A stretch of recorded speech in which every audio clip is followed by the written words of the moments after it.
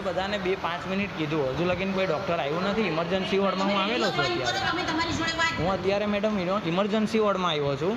બધા ડૉક્ટર અહીંયા બેઠા છે, સૂંઘેલા છે, એક જણ મોબાઈલ લઈને બેઠું છે. પછી ઊભા થઈને જોવા જાઓ છો, ત્યાં પેશન્ટની હાલત તમે જોઈ શકો છો કે પેશન્ટ કઈ પોઝિશનમાં અત્યારે છે.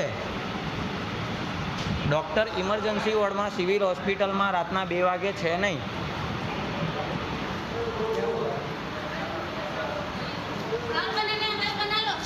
हाँ कोई बात नहीं मैडम, मैं डिलीट कर दूंगा. हाँ बना लो, जहाँ देना है वहाँ दे दो. मेरा भी बना लो. हाँ पेपर में दे दो. कोई बात કેમ ભાઈ 5 મિનિટ થઈ ગઈ છે. પેલા પેશન્ટની હાલત જોઈ લો. અહીંયા કોઈ ડૉક્ટર નથી. કંઈ વાંધો નહીં, મારે વિડીયોનું બીજું કોઈ કારણ નથી. હું પોલીસ સ્ટેશનમાં લઈ જજો, હું ડિલીટ મારી દઈશ ત્યાં. તમારે ટ્રીટમેન્ટ નથી કરાવવું, વિડીયો ઉતારવું છે એમ? ટ્રીટમેન્ટ કરાવવાની છે, કોઈ ડૉક્ટર હાજર નથી. એક ડૉક્ટર સૂંઘેલા છે, એક ડૉક્ટર અહીંયા બેઠા છે, મોબાઈલ જોવે છે. હજુ લગીને અમને કહું છું કોઈ ડૉક્ટર અત્યાર સુધી આવ્યા નથી. અત્યાર સુધી કોઈ ડૉક્ટર આવ્યા નથી. ડૉક્ટર આવશે, હું પોલીસ સ્ટેશનમાં આવવા રેડી છું. જ્યારે પેલા ભાઈની ટ્રીટમેન્ટ થઈ જશે, હું પોલીસ સ્ટેશનમાં આવવા રેડી છું. તમે ટ્રીટમેન્ટ કરવા આવો ત્યાં વિડીયો બનાવો? વિડીયો બનાવવાનો સવાલ નથી. ડૉક્ટર ઊંઘેલા છે, હજુ લગીને ઇમરજન્સી વોર્ડ રાતના 2 વાગ્યા છે, કોઈ ડૉક્ટર હાજર નથી. એની માટે આ વિડીયોગ્રાફી ચાલુ છે.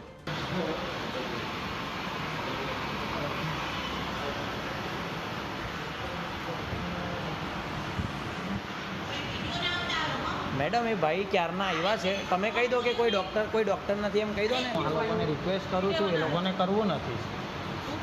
મેડમ 5 મિનિટથી હું અહીંયા આવ્યો છું. આ સાહેબ મને ખબર છે કે કેવી કેસમાં પેલા પેશન્ટ છે. ડૉક્ટર એક ભાઈ અહીંયા સૂંઘેલા છે, આ ભાઈ મોબાઈલ લઈને બેસેલા છે, પેલા મેડમ મહેંદી મુકાવે છે. હું એમને કહું છું કે અત્યારના પેલા પેશન્ટની હાલત ક્રિટિકલ છે. આવે છે ને ડૉક્ટર, કંઈ વાંધો નહીં. ડૉક્ટર આવે છે ત્યારે હું બંધ કરી દઈશ. તમને કોઈ તકલીફ હોય મારી ઉપર કેસ કરી શકો, પણ કેસ કરી શકો છો. હું આવવા માટે રેડી છું. કારણ કે જુઓ, જે ગેરકાયદેસર કામ અહીંયા ચાલી રહેલું છે, કોઈ ટ્રીટમેન્ટ આપતા નથી.